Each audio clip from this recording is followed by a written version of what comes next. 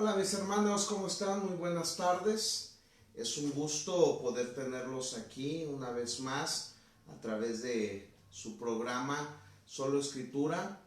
En esta página que hemos creado con la ayuda de Dios y pues agradeciendo en la tecnología que las redes sociales hoy nos permitan tener este tipo de tecnología para poder darnos, no nosotros a conocer, sino dar a conocer el propósito del Evangelio o de las Escrituras. Y pues bueno, aquí estamos una semana más, contentos de poder llegar a cada uno de sus hogares, a cada uno de sus dispositivos, con el deseo de que este tipo de temáticas vengan a ser de bendición a sus vidas, como lo hemos estado tratando de hacer. Y pues hoy tenemos, como ya lo hemos estado platicando, nuestra tercera temática: Génesis, Éxodo, Levítico. Hemos empezado este estudio que le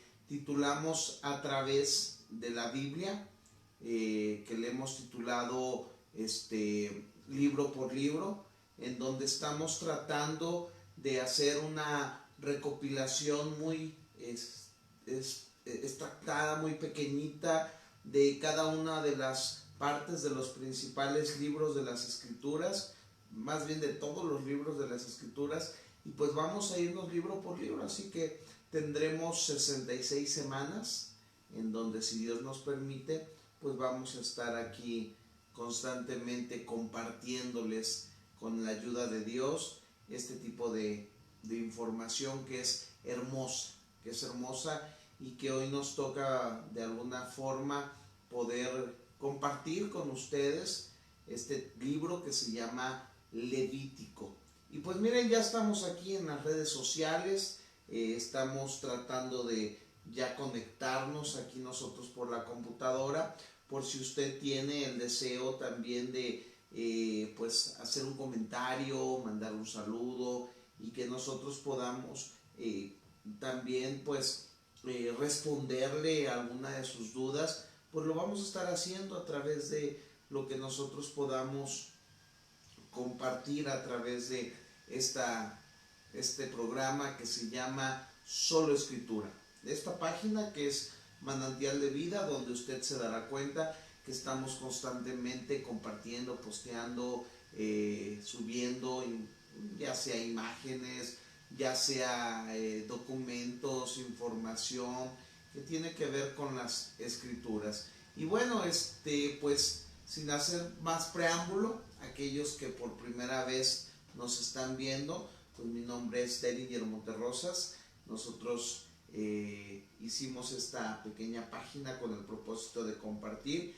Y bueno, también tenemos lo que es nuestras reuniones de hogar. Son reuniones hogareñas los días jueves a las 7:30 de la noche. Tenemos también nuestras reuniones dominicales de estudio, las tenemos aquí a las 5 de la tarde en nuestra casa, y pues con el propósito, mis amados hermanos, de que usted pueda llenar en su corazón aquellas dudas, aquellas preguntas que surgen día con día, ya que la palabra de Dios es un manual extenso para nuestras vidas, que nos enseña cosas preciosas. Así que pues aquí estamos, mis hermanos, y pues vamos a arrancarnos con el libro de Levítico, que es precioso. Levítico en su original iniciaba con la palabra y llamó, ¿sí? Recordemos que el Pentateuco, escrito o se le atribuye en la mayoría de ocasiones a Moisés, el Pentateuco iniciaba cada libro de este conjunto con la primera palabra hebrea.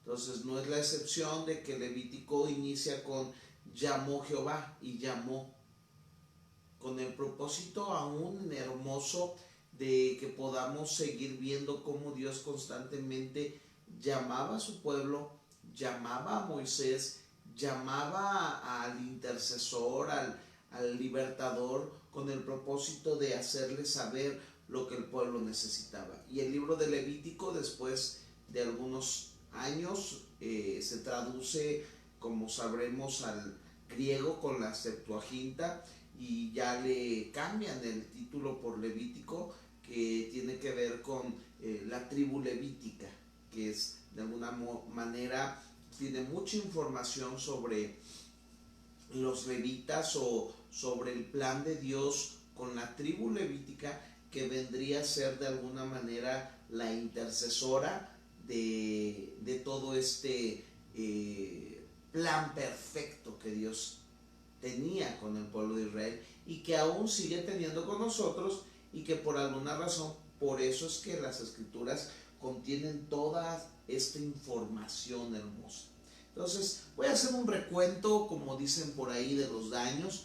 Y bueno, nosotros observamos que Dios usa a Moisés, porque es Dios el que saca al pueblo de Israel de Egipto, usando a un hombre, usando un vaso, y glorificando de alguna manera este vaso a través del poder de Dios, a través de su poder, para poder sacar al pueblo de Egipto, a lo que vimos en Éxodo, que de alguna manera es lo que tiene condensado de información este libro.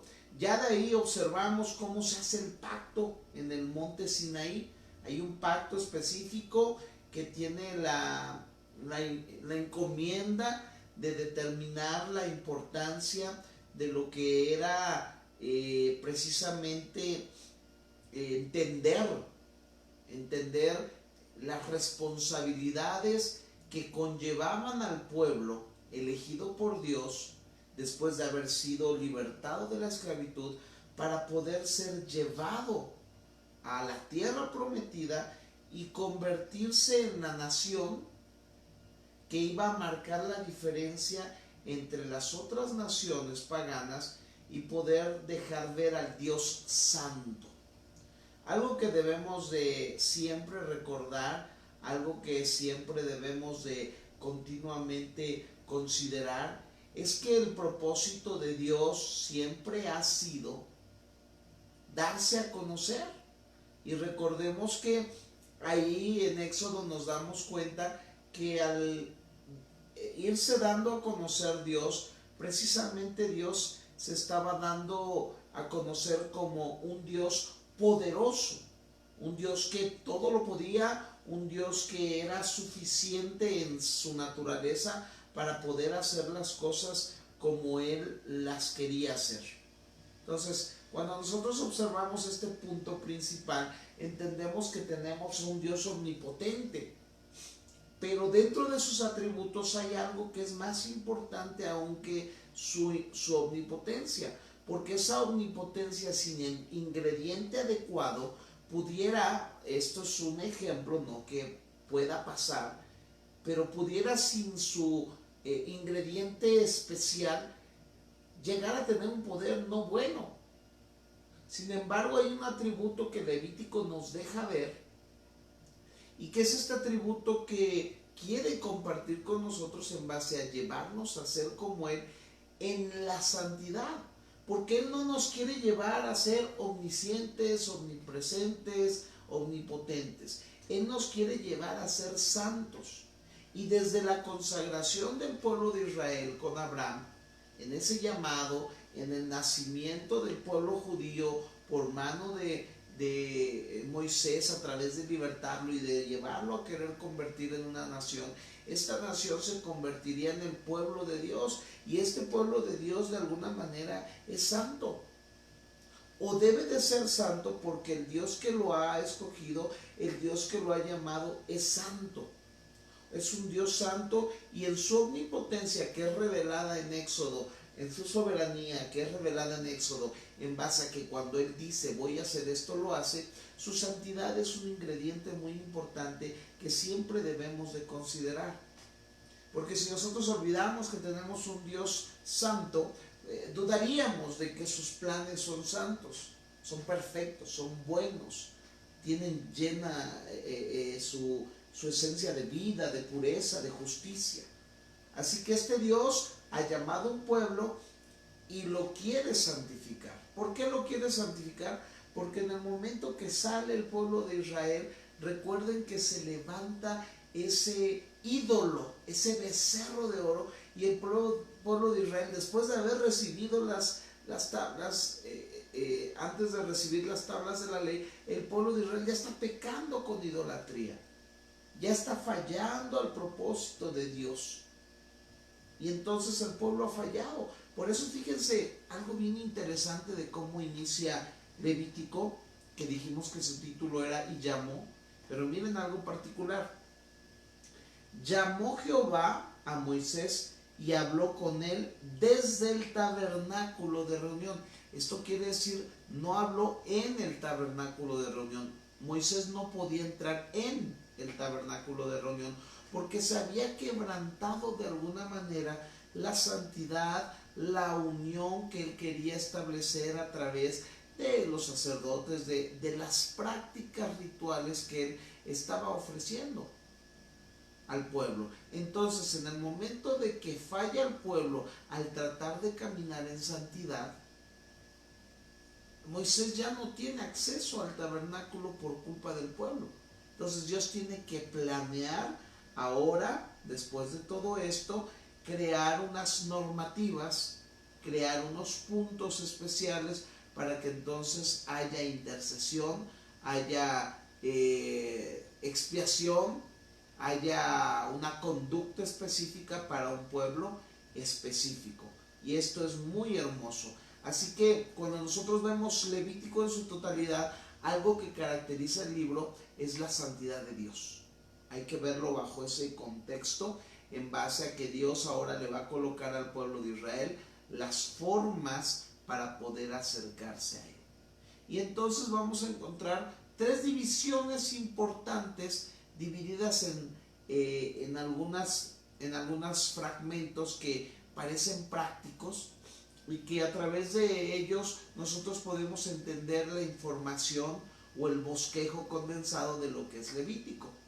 Para empezar, debemos de entender que Levítico, si lo vemos de esta manera sencilla, se divide en tres partes, en lo que son los rituales. Los rituales tienen que ver con las prácticas religiosas, los rituales en su naturaleza. Después de ahí tiene que ver con los sacerdotes o el sacerdocio, quiénes iban a ejercerlo, cómo se iban a ejercer, cómo era el llamado. Eso tiene mucho que ver. Y por último, la pureza del pueblo. ¿Sí? Aquí podemos dividirlo, y cuando hablamos, por ejemplo, de los rituales, vamos a ver la división de dos partes. Del capítulo 1 al capítulo 7 encontramos sacrificios rituales. Del capítulo 23 al 25 encontramos fiestas rituales. Son rituales en dos conceptos distintos, pero rituales. Unos son sacrificios y los otros son fiestas. Del 1 al 7 encontramos sacrificios y del 23 al 25 fiestas rituales. En su segunda parte vamos a encontrar la división de lo que tiene que ver con los sacerdotes. Del capítulo 8 al capítulo 10 vamos a ver cómo es que son consagrados. Cómo es que son consagrados los sacerdotes para el servicio a Dios. Y en el capítulo 21 y 22 vamos a observar los requisitos que se piden para poder ser sacerdotes. Ahorita vamos a verlo un poquito más a profundidad. Yo sé que no podemos abarcar todo porque es demasiada información, pero en estos minutos que vamos a estar con ustedes vamos a tratar de ver lo más práctico posible y poder aplicarlo un poquito a nuestro contexto actual, que eso es importante. Entonces ya vimos los rituales, que son del 1 al 7, sacrificios rituales, 23 al 25, fiestas rituales, 8 al 10, la consagración de los sacerdotes, 21 al 22, los requisitos para ser sacerdotes. Y el número 3, la exigencia de la pureza. La exigencia de la pureza que el pueblo de Israel tiene que tener de alguna manera para hacer diferencia de las naciones y de un pueblo que Dios ha escogido con un propósito santo. Y entonces vamos a encontrar del versículo 11 al versículo 15, la pureza ritual. ¿Cómo es que una persona, ritualmente hablando, podía considerarse como pura o impura? Y eso va a ser interesante ahorita que entremos un poquito más en materia, porque hay gente que piensa que el Antiguo Testamento, cuando se refiere a una mujer, por ejemplo, que estaba en su periodo y que era impura, piensan que estaba en pecado. De hecho, he oído a personas que dicen que cuando la mujer está en su periodo y le toca ir el domingo a la iglesia y el domingo hay cena del Señor, la mujer no puede tomar la cena porque está en pecado, porque está impura. Y esa es una falacia, una herejía total, porque el hecho de la limpieza y la pureza y la impureza no tienen que ver tanto con el pecado en el contexto levítico, porque en el contexto levítico era más bien un intento porque la gente se mantuviera físicamente limpia en su exterior. Esto tenía que ver con que cómo se limpiaban bañándose. Así que pareciera esto como una forma de guasa. Más terrible que hoy un hermano vaya al culto sin bañarse después de 3 días, a que una mujer que tal vez está en sus tiempos de periodo, pero que vaya bien bañada y bien aseada. Es más impuro el que no se ha bañado que la hermana que tal vez está en su periodo, pero que va bañada, limpia, aseada y con la tecnología que hay hoy, pues limpia de alguna forma. Recordemos que las cosas que hoy existen, las toallas sanitarias, en aquel tiempo no existían. ¿Sale? Entonces vamos a ir viendo todavía esto, y recordemos también que tenemos que entender que la pureza moral del pueblo de Israel era importante entenderla. Dios está haciendo una diferencia.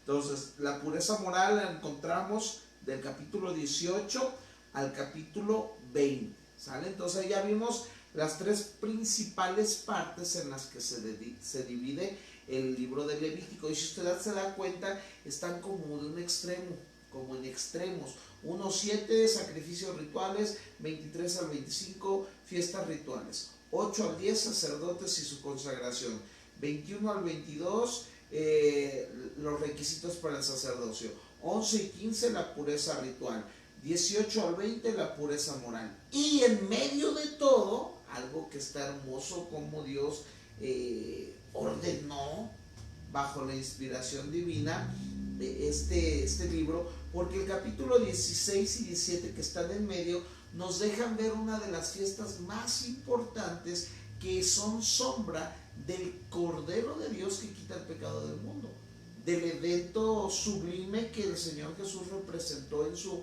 propia carne, en cuestión de venir a ofrecerse como aquel Cordero de la expiación que se iba a sacrificar para suplir el pecado a través de su muerte por los pecados de los hombres, y que no tuviéramos que cargarlo nosotros. Y entonces el capítulo 17, 16 y 17 tiene que ver con el día de la expiación.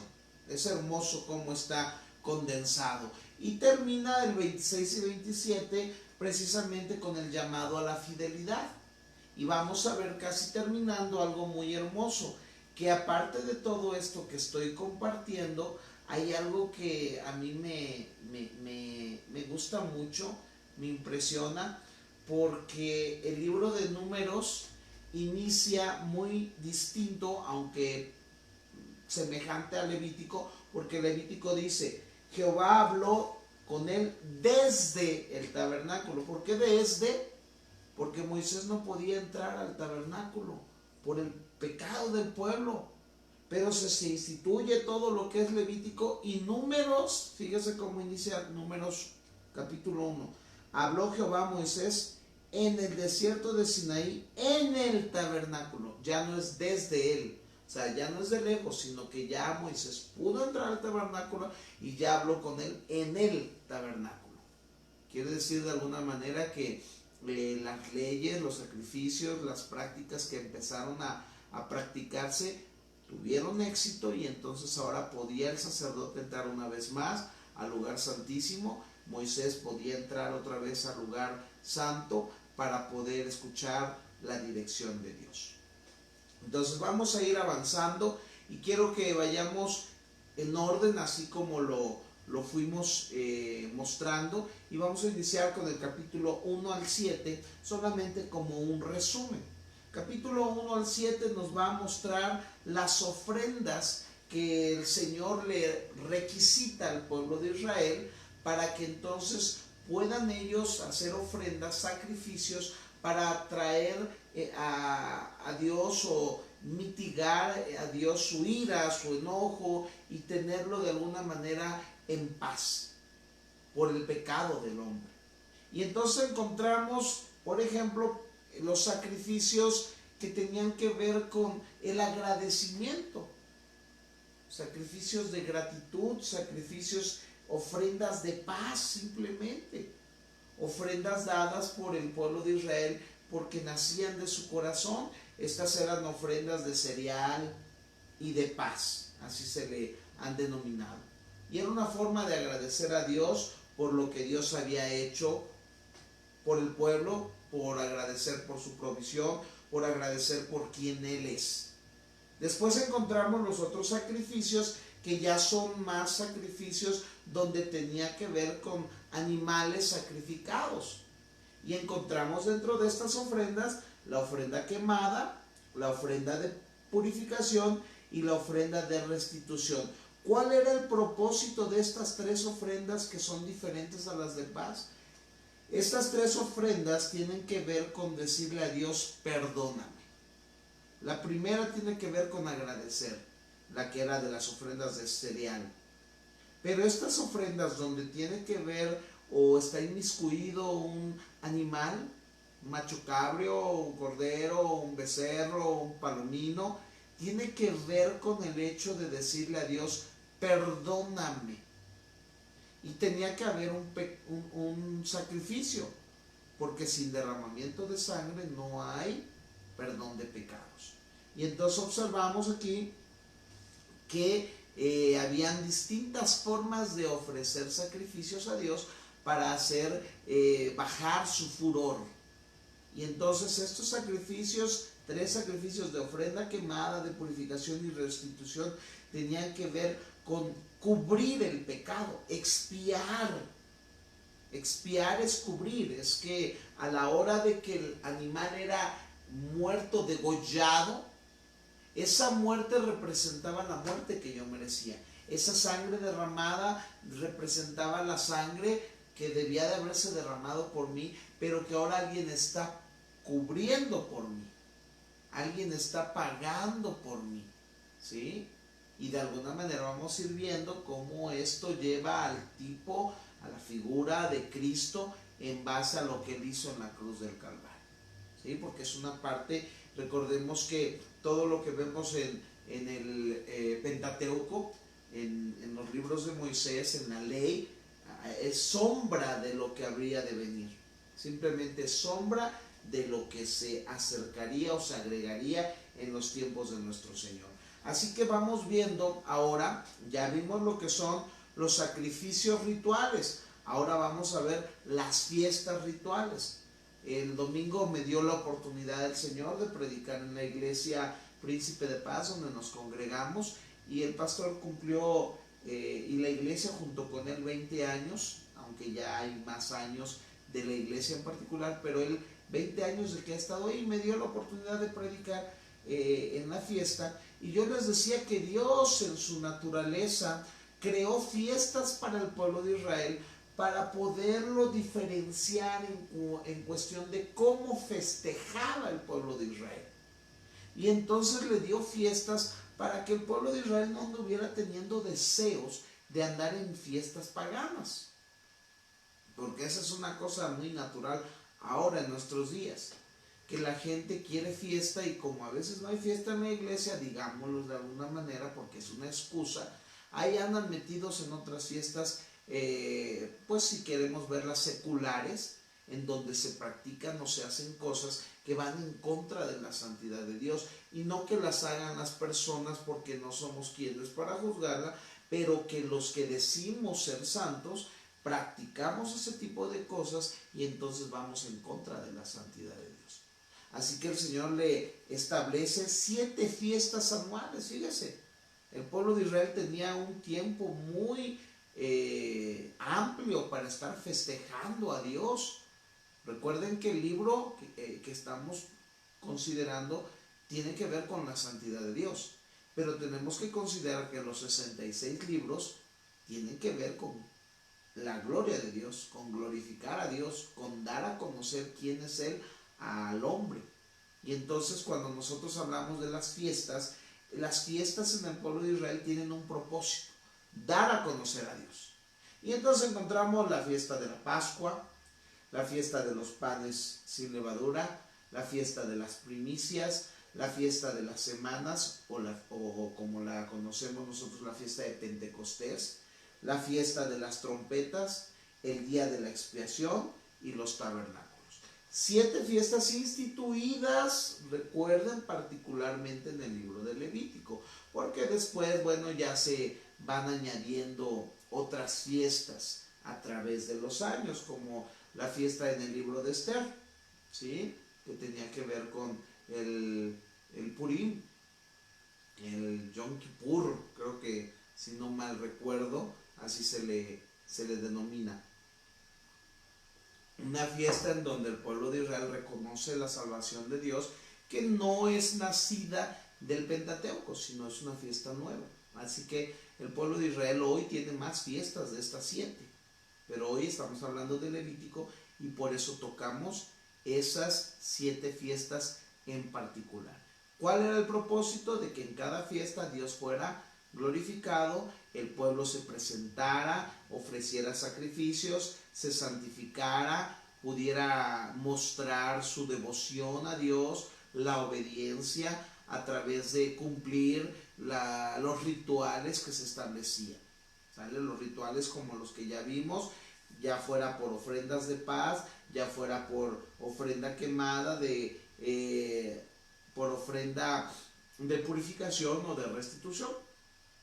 ¿Sale? Entonces ahí ya terminamos o cerramos lo que es el primer punto del libro de Levítico, que se resume en los rituales, las prácticas religiosas, que de alguna manera, si nosotros trasladamos el libro de Levítico a nuestros días, tenemos que tener entendido que estas fiestas rituales ya no están en acción en nuestros tiempos. Así que si usted llega a ver a alguien que llega a llevar borregos, a ofrendas de paz y todo esto a la forma del Antiguo Testamento, ya está torciendo las Escrituras, porque eso fue y de alguna manera aún es para el pueblo de Israel, no para nosotros que ya vivimos en la gracia por el cumplimiento que Jesús hizo de estos rituales. Él vino a ser el ritual máximo, ¿sí?, que cubriría y cambiaría el tiempo de la ley por el tiempo de la gracia. Entonces aquí seguimos viendo ahora el sacerdocio. El sacerdocio a mí es algo que me apasiona bastante, porque cuando vemos el sacerdocio nos enseña demasiado. El sacerdocio es una de las partes que hoy en particular, como cristiano, como creyente y aún como servidor de Dios, me duele, porque el sacerdocio en el tiempo del Señor era algo santo, algo puro, y vamos a ver cómo los sacerdotes son mostrados del capítulo 8 al capítulo 10, se muestra cómo ellos son consagrados, ¿sí? Y del capítulo 21 al 22, cuáles son los requisitos que deben de llenar los sacerdotes. Qué interesante, porque hoy aparentemente alguien quiere ser pastor y ya nomás porque siente que debe de serlo, lo meten y no observamos los requisitos. Y usted dirá, no está diciendo que el Levítico es del Antiguo Testamento y que los requisitos de aquel tiempo ya no son para ahora. Claro que no, pero tenemos los requisitos de 1 de Timoteo capítulo 3. Si alguien anhela obispado, buena obra desea, pero es necesario que sea irreprensible y bien en la lista. ¿Hoy qué hacemos? Evadimos listas, evadimos responsabilidades, evadimos requisitos y metemos a servir a quien quiere o porque tiene ganas o porque siente que lo debe de hacer. Es difícil porque en particular yo pudiera decirles que en momentos he querido desertar, no porque no quiera hacer la labor, sino porque observo que los requisitos que Dios pide para nuestras vidas son elevados y que nosotros vamos a dar cuentas como servidores o como ellos que dieron cuentas como sacerdotes de hacer las cosas bien o mal. Entonces no es un juego ser un líder, es una responsabilidad. Y aquí vamos a ver, por ejemplo, del capítulo 8 y 9, cómo Moisés consagra a los sacerdotes.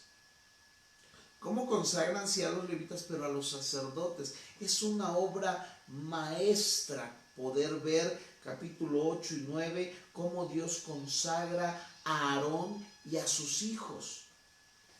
Cómo los va llevando a través de esta consagración, los sacrificios que ellos empiezan a hacer, lo que se les da para poder ofrecerlo y entonces que ellos queden consagrados. Algo importante que debemos de entender es que la palabra consagrado viene o está ligada a la palabra santo o apartado. Consagrado es algo que está apartado y eso es lo que también tristemente nos hemos olvidado, de que el que es consagrado, cuando se consagra algo a Dios, es porque es para un uso santo. Y bueno, vemos prácticas de que la gente, ay, vengo a traer mi coche para que le ore, para que ore por él, lo vengo a que usted ore. Bueno, ok, oro por él. ¿Acaso lo estás consagrando? Porque si el carro o tu casa, o lo que quieres que yo ore por él, está siendo consagrado, es porque es para un uso santo. Si tú prestas tu carro, usas tu carro para que dentro de él se practiquen, se digan y se hagan cosas en contra de la voluntad de Dios, atente a las consecuencias de haber pedido que se consagre algo a Dios cuando no lo usas para Dios. Una guitarra. Consagras una guitarra para Dios y de repente la prestas para que se la lleven a tocar a un evento en un bar. Estás consagrado, estás prestando algo santo, puro, para ser llevado a usar algo impuro. Eso es terrible. Si ustedes se acuerdan de la historia del hijo de Nabucodonosor, al cual se le apareció una mano escribiendo en la pared, ese momento fue tremendo porque este personaje, este rey soberbio, mandó a traer los instrumentos consagrados o las copas consagradas para el servicio de Dios, para traerlas a él para que tomaran. Y en el momento que sucedió eso, es interesante ver cómo Dios inmediatamente les acarrea juicio. Claro que sí, juicio, porque estaban usando lo santo para algo impuro.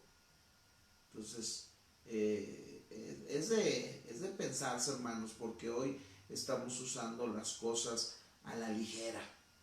Entonces, capítulo 8 y 9, repito, tiene que ver con la consagración de sus hijos, de Aarón y de él. Y el capítulo 10 nos deja ver algo impresionante, que de ahí se sacan temas hoy que son muy edificantes sobre el fuego extraño.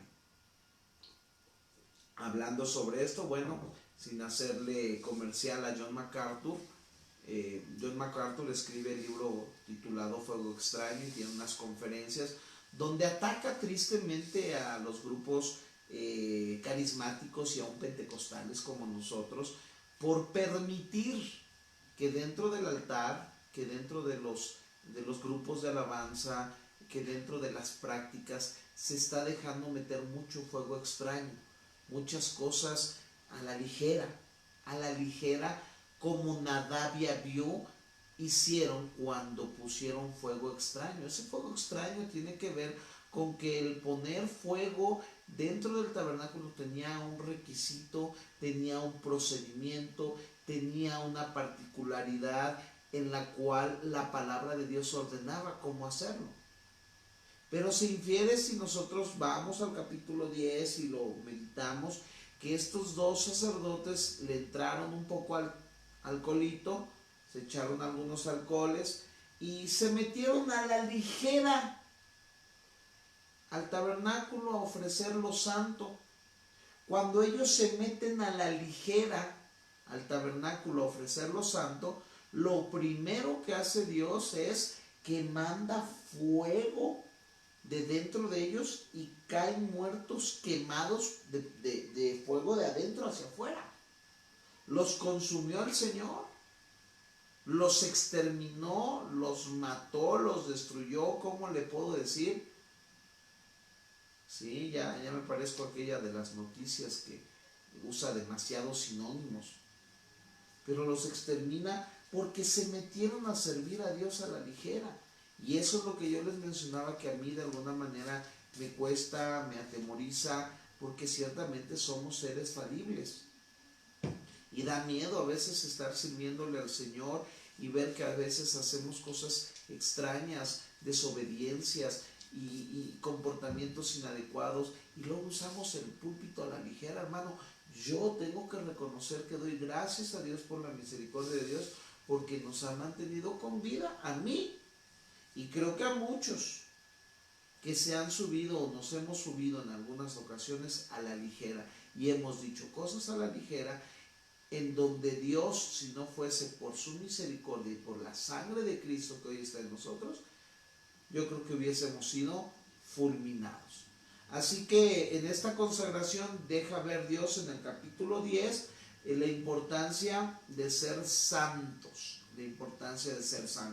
Capítulo 21 y capítulo 22 del segundo punto que estamos viendo, los requisitos para los sacerdotes. Eso está interesante, porque pues yo doy gracias a Dios, porque el día de hoy pues Dios nos permite servirle, nos permite estar buscándole. Sin embargo, voy a leerles unas porciones de las escrituras sobre los requisitos, porque eso me deja ver que tal vez muchos de nosotros no podríamos ser líderes o siervos de Dios por estos requisitos. Dice aquí, capítulo 21, voy a leer del versículo 17 en adelante, para que usted vea los requisitos físicos que se requerían, porque ser sacerdote no era algo normal, era el nivel más alto de integridad moral y de santidad ritual. El sacerdote, el representante, el que Dios elegía para que el pueblo fuera liderado, guiado, pastoreado, enseñando, tenía que tener el más alto nivel de integridad. Y hoy, hermanos, eso sí sigue siendo lo mismo. Pero como no llegamos a esos niveles, empezamos entre nosotros, entre el gremio, a escudarnos y a disminuir la regla, la medida que Dios exige para los que le servimos. Algunas instituciones son muy legalistas, como le dicen algunos, y se pasan, pero a veces es bueno, hermano, porque es importante saber que la persona que va a representar la iglesia, sea llamado pastor, líder de alabanza, de jóvenes, es una persona íntegra, con una santidad en su vida reflejada por sus hechos. Ciertamente no la vamos a ver el interior, pero sí que veamos que cubran ciertos requisitos, como aquí, fíjese. Habla a Aarón y dile, ninguno de tus descendientes por sus generaciones que tenga algún defecto se acercará para ofrecer el pan de su Dios, porque ningún varón en el cual haya defecto se acercará, varón ciego o cojo o mutilado o sobrado. Fíjese. o varón que tenga quebradura de pie o rotura de mano. Ya con el hecho de romperte la mano o el pie, al no estar tus huesos íntegros, ya no podía servir. Es como el militar americano que tiene que tener una pureza, fortaleza, estatura, especificaciones claras para poder entrar a la élite de los marines. Luego dice, o jorobado, o enano. O sea, imagínense, esto quiere decir que una persona de uno, que le gusta, 1.30, ya no podía ser, líder, sacerdote, solamente porque estaba chaparrito o enanito, o que tenga nube en el ojo, lo que es catarata. O sea, el hermano, ¿qué culpa que tenía catarata? Con tener catarata ya no podía servir. Todo tiene simbolismo espiritual, mis hermanos, no hay tiempo para explicarlo. Que tenga sarna o empeine o testículo mayugado, ningún varón de la descendencia del sacerdote Aarón, en el cual haya defecto, se acercará para ofrecer las ofrendas encendidas para Jehová. Casi como los espartanos, que checaban al momento de nacer a sus hijos y si había algún defecto en ellos, inmediatamente eran tirados, desechados desde bebés, porque no iban a cubrir los requisitos para ser guerreros, porque los espartanos eran una nación de guerreros. Aquí el pueblo de Israel es un pueblo santo que ciertamente tenía en otras tribus guerreros, pero la tribu de Leví y en particular la de Aarón era para el servicio del tabernáculo del Señor. Así que capítulo 21 y capítulo 22 tenían normas específicas. No se podían casar con una mujer que ya hubiese tenido relaciones sexuales. No podían casarse con una mujer viuda fuera de la tribu de Leví. No podían casarse con quien quisieran, tenían que tener un orden. Y hoy parece eso exagerado, pero de alguna manera, recuerda en Levítico qué es lo que está mostrando: la santidad de Dios. Vamos a ir avanzando, nos quedan algunos minutos para terminar con lo que es la pureza. La tercera parte de la división del libro de Levítico tiene que ver con la pureza. Hablamos la pureza ritual, cómo el pueblo ahora tiene que comportarse o andar para practicar los rituales o ser parte de dichos rituales. Y entonces viene la pureza ritual y la pureza moral.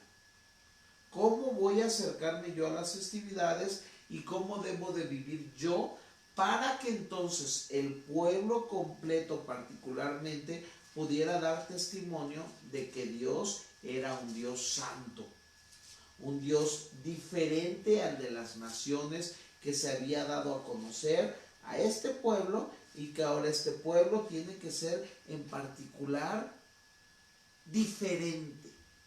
Por eso es consagrado, apartado. Y había 5 partes importantes. Quiero compartirles 5 partes de esta pureza ritual.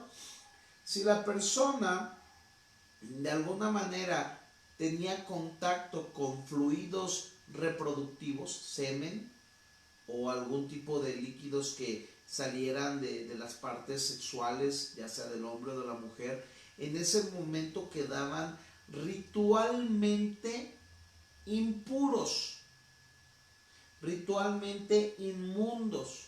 Había impureza en ellos y por esa razón no habían pecado probablemente, pero no podían acercarse a los rituales en particular que se hacían porque estaban sucios. ¿Qué necesitaban hacer o qué es lo que marca la escritura que tenían que hacer? Se tenían que bañar, tenían que lavar sus ropas y hasta cierta hora entonces volvían a ser limpios. Por eso les decía, no tiene que ver esta parte con pecado o no pecado, aunque en el contexto simbólico de lo que hoy se pudiera aplicar a nuestros tiempos, pudiéramos tomarlo, pero en el punto en el cual nos encontramos, en el contexto y para lo cual fue diseñado, no está hablando Dios sobre el pecado en particular. Porque, por ejemplo, si una persona, voy a ser muy directo, en la noche un varón tiene una eyaculación que no está en su naturaleza poder haber detenido, eso no es pecado. Sin embargo, por haberla tenido, quedaba impuro, ¿sí? Porque todo lo que había salido de ese fluido había quedado muerto. Recuerden que el semen contiene cientos, millones de espermatozoides que mueren al salir. Entonces, la situación aquí de la pureza ritual tiene que ver con la vida y con la muerte. Dios es un Dios de vida y no es un Dios de muerte. Por eso es que tener una enfermedad en la piel, como la lepra, te ponía o te colocaba como una persona impura. Sí, ciertamente representaba el pecado o podía haber caído sobre la persona como parte del pago o la reprensión de Dios por algún pecado. Pero en particular no es el concepto específico, sino que en el momento de que la persona, por ejemplo, el que tenía una enfermedad en la piel como la lepra, todas las partes que están ahí muriendo, tiene que ver con muerte. Y Dios, repito, era un Dios de vida. Por eso tenían que hacer todo el protocolo de que fueran llevados acerca de la lepra y el sacerdote checara si era blanca la mancha, si tenía si se había hundido, si se había cundido, y tenían que estar en 7 días en observación. Todo eso era un protocolo, no porque precisamente hubiera pecado, sino para que la persona físicamente pudiera pasar a ser limpia, porque en ese momento estaba impura. Tocar el moho tiene que ver con suciedad, tiene que ver con bacterias que surgen precisamente por lo malo. ¿Sí? El moho no es algo bueno. Ciertamente, a la luz de la biología, tiene su función y su propósito, pero al final el moho había moho que era dañino, moho malo. Entonces, si alguien tocaba el moho, quedaba impuro. ¿Eso era pecar, tocar el moho? No, no era pecado, pero al tocar la muerte, quedabas tú impuro. Igual que al tocar cadáveres. Si alguien se dedicaba a recoger los cadáveres, tenemos que entender que al tocarlos y moverlos, en ese momento la persona ya no era pura, quedaba impura por haber tocado la muerte, y entendiendo que Dios es un Dios de pureza, de santidad, de limpieza. Aquí es donde estoy enfatizando que el libro de Levítico lo que trata de dar a entender es la santidad de Dios, cómo Dios es santo, ¿sale? Y entonces seguimos viendo ahí que está, después de tocar cadáveres, también viene otra parte muy interesante: comer animales impuros. Dios determina, ya sea por higiene o por cuidado cultural o diferencia de lo que comían otras culturas, en determinar aún una dieta especial para su pueblo, y de ahí surgen los animales que se podían comer y los animales que no se podían comer. Y ahí encontramos la lista también de los que se podían comer y de los que no se podían comer. ¿Cuál era el propósito? Eran símbolos culturales que le recordaban al pueblo de Israel que la santidad de Dios abarcaba cada parte de su vida. Esto es hermoso. Y de ahí el 18 y 20 de la pureza ahora moral, ya estamos casi aterrizando al final. El 18 y 20 contiene la parte moral. Esto es, ¿cómo vamos a cuidar al pobre? ¿Cómo vamos a ayudar? ¿Cómo vamos a comportarnos con el pueblo, con la gente que es pobre? Otra parte, ver la integridad sexual, ¿sí? Tenía que ver con que no se practicara la sodomía, con ver que los tiempos de poder llegar a la relación sexual tenían sus tiempos permitidos y los tiempos que no eran permitidos, sobre todo cuando una mujer estaba en su periodo. Encontramos también la otra parte de esta pureza moral que está del 18 al 20 en la justicia social. Cómo el pueblo tenía que tener balanzas justas, precios justos. Fue llamado el pueblo de Israel, y Levítico lo revela, a ser un pueblo diferente en medio de una sociedad cananea que era pagana, que era mala, que era abusiva, moralmente torcida, sexualmente caída. El Señor está haciendo al pueblo de Israel, a través del Levítico y de sus ordenanzas, a ser un pueblo santo. Y eso es a lo que nos llama hoy. Hasta el día de hoy a eso nos llama. Por eso Pedro dice: somos linaje escogido, real sacerdocio, pueblo escogido por Dios, para que anunciéis las virtudes de aquel que nos llamó de las tinieblas a su luz admirable. Hasta el día de hoy nosotros debemos de vivir cuidando al pobre e íntegros en la sexualidad y en la justicia social. Nadie es perfecto, ni estoy con estas palabras permitiendo que pequemos, pero sí entiendo que todos en su momento, por alguna razón X o Y, tal vez tendremos alguna falla, ¿sale? Y bueno, llegamos al punto más hermoso, de que es el capítulo 16 y 17, en el cual se celebraba el día de la expiación, el día más importante, las 7 fiestas, ¿sale? ¿Se acuerdan? Ahora, el día de expiación era el día más importante, porque era el día en donde se hacía expiación por toda la nación, porque tal vez mis sacrificios no habían abarcado ciertos pecados, ciertas cosas que había yo hecho y no había admitido o no había tenido para ofrecer. Entonces se determina el día de la expiación en el mes séptimo. Y entonces en este día se tomaban 2 animales, ¿sí? El Cordero de Dios que quita el pecado del mundo y el chivo expiatorio o el macho cabrio. Y dentro de estas dos ofrendas, una sería utilizada para la expiación del pecado, la purificación del pueblo. ¿Cómo se purificaría el pueblo? Tomando uno de estos animales, degollándolo y ofreciéndolo al Señor como el cordero que quitaba el pecado de todo el pueblo. ¿Sale? Y así es como el Señor Jesús, cuando vino a la cruz del Calvario, determinó ser el cordero que quita el pecado de todo el mundo. Con una sola acción, Él pagó por el pecado de todos los que en Él creen. No de toda la humanidad, cubre toda la humanidad, pero para que esto se active se requiere de la fe. Si Él pagó, pero si tú no tienes fe por lo que Él pagó, tú no puedes ser participante de lo que Él pagó. Tienes que creer lo que Él pagó, y entonces, ¿cómo se revelará si lo crees o no? Con tu cambio de vida, con tu pureza sexual, moral, justicia moral. No que seas perfecto, pero ¿cómo revelarás que tu vida día a día vaya creciendo en santidad?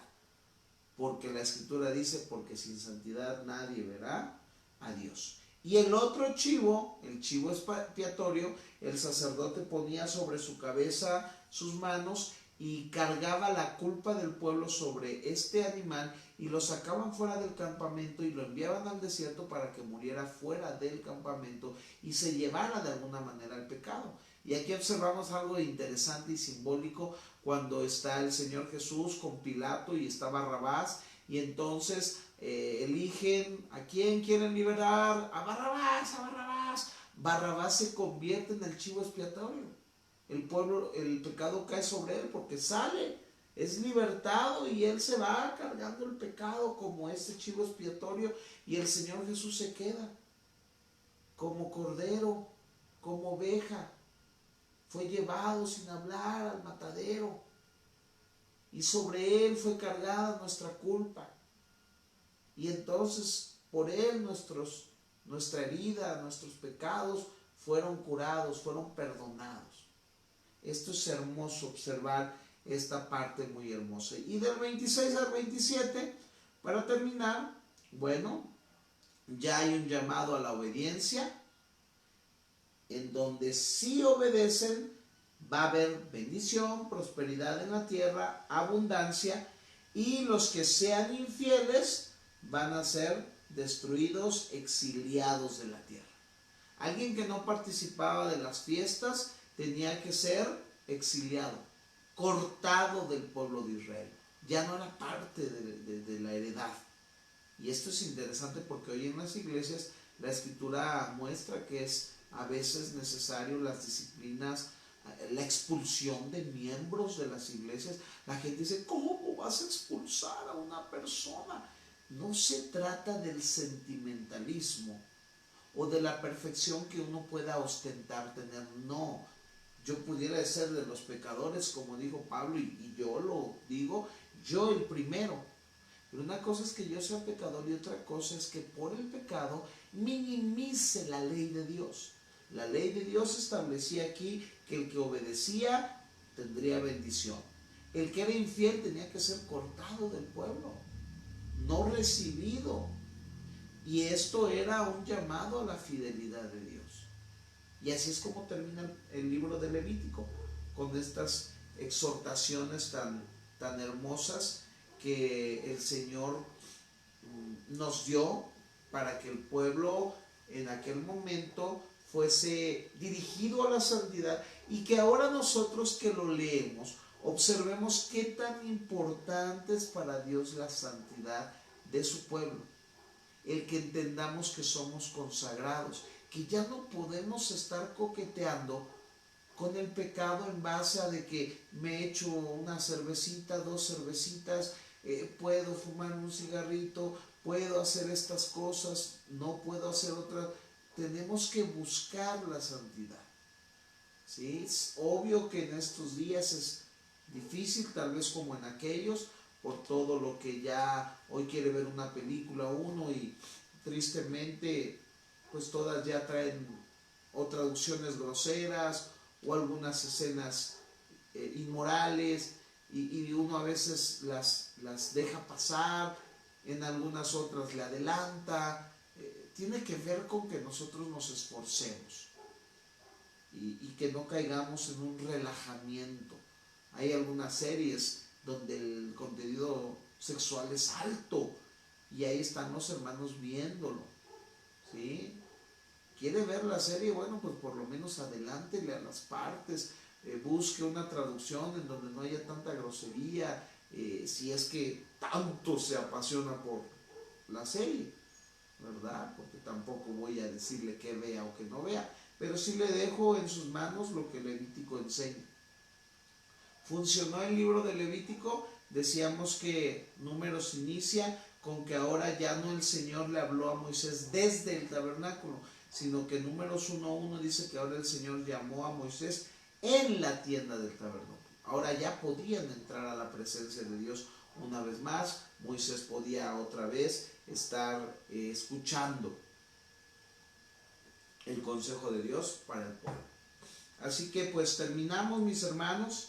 Gracias por habernos acompañado en este día. Sabemos que para algunos podría ser tedioso el tiempo que tomamos, pero creo que es poco. 1 hora o 57 minutos es poco para poder explicar un libro tan poderoso, y cualquier libro de la Biblia en 1 hora. Sin embargo, los rasgos más importantes, el bosquejo que puede resumir de manera sencilla el contenido de los libros, lo vamos a tratar de estar exponiendo. Y bueno, pues agradeciendo ahí a los que nos saludaron: Luzmar, Moisés de Jaltipan, Montserrat, que es aquí de Puebla, la hermana Lupita, y bueno, los que estuvieron uniéndose en este video, un grupo que se abrió y que va a quedar ahí también en nuestro canal y en nuestra página. Gracias por vernos, y si le gustó, compártalo, que tal vez ahora con las redes sociales haya una forma de poder hacer llegar este tipo de temas a quienes tal vez no tienen acceso. Y si usted también quiere verlo, lo vamos a estar subiendo en unas horas a nuestro canal de YouTube. Usted me puede encontrar ahí con el nombre de Dellinger Monterrosas, en este canal de YouTube, donde también hay otros videos que hemos estado subiendo y que usted puede ahí reproducir en sus tiempos. Si tal vez no le da oportunidad de verlo, como dicen, de un golpe, lo puede ir viendo, y si no, queda aquí también en nuestra página de Facebook, Manantial de Vida. Que Dios les bendiga, fue un gusto, una alegría. Saludos a todos los que nos han visto y saludos también a la radio 101.5 FM, Radio Puebla de Los Ángeles, que pues tal vez no vamos a estar algún tiempo teniendo la oportunidad de ir, pero agradecemos a nuestro hermano Alejandro por la ayuda si llega a ver esto. Que Dios me lo bendiga, y como quiera estaremos en comunicación con él. Bueno, pues ha terminado el tiempo. Agradecemos el que hayan estado con nosotros y nos despedimos de ustedes. Hasta la próxima.